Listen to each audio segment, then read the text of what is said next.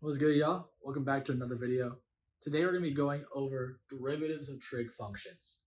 I had a student yesterday that we were going through some homework, mainly trig identities, trig functions, things like that, but in a calculus setting, right? Taking the derivatives of it, quotient rule, product rule, things like that. There's a couple questions I just kind of wanted to bring to you guys to make a video on, just in case people needed help with that.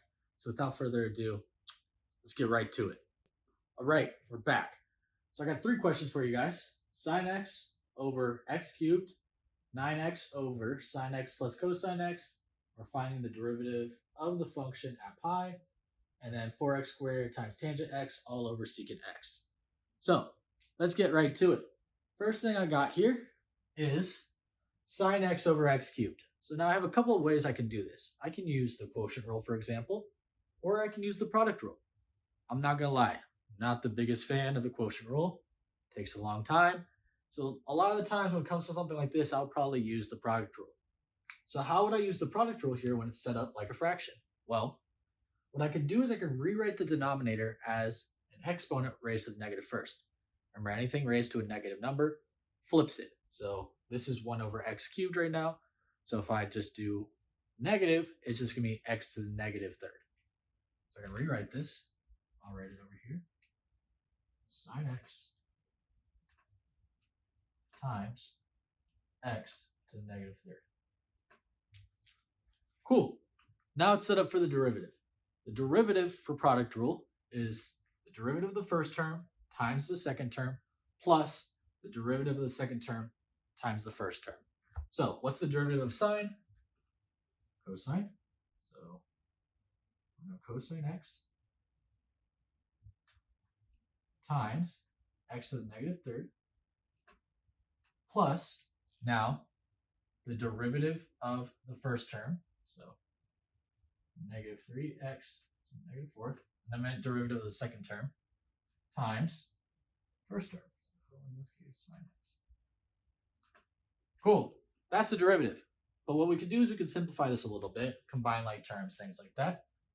So again, I'm going to turn this back into a fraction so we don't have the negative exponents. This is the same thing as cosine x over x to the third minus 3 sine x over x to the fourth. Now notice I can actually subtract these and combine terms here. If I multiply the top and the bottom times x over x to turn this into x fourth and have a common denominator. So this is going to be x cosine x minus 3 sine x all over x to the fourth, leaving that as your final answer for the first one.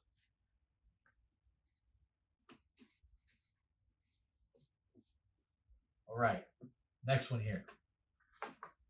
I got 9x over sine x plus cosine x, and we're trying to find f prime of pi. Well, first thing I'm going to do is I'm going to take the derivative of this, and since I didn't do it last time, I will use the quotient rule here. I got a little bit of kind of like a song type of thing, low d high minus high d low all over low low.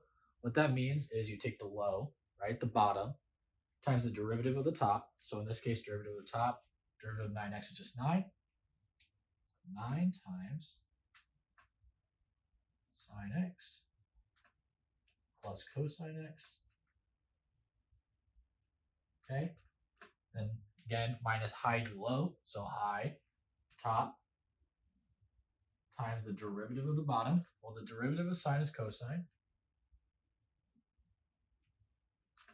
And then the derivative of cosine is negative sine, so minus sine x.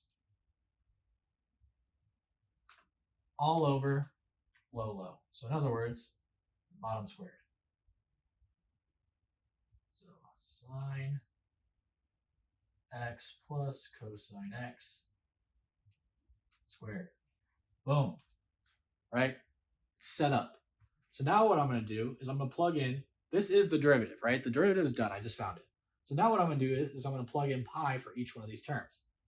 Well, what is the sine of pi and the cosine of pi? Well, I'm going to make my little unit circle. Don't make fun of my circle. I'm going to try my hardest. Okay. And now we're going to use this unit circle to think about what each one of these is. Well, what is pi? Pi is 180 degrees. That puts us over here. Again, the maximum radius of this circle is 1. So right here, this is going to be at -1, 0. And remember, cosine is x, sine is y. So in this case, the sine